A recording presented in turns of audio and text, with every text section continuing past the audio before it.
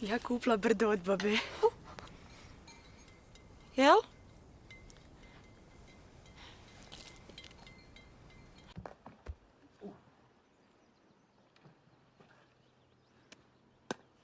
Gledaj i kukaj.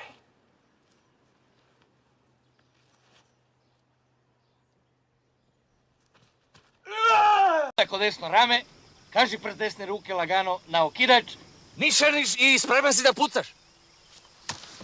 Razumeš? Znači to 1000 puta da ponavljam. Hej!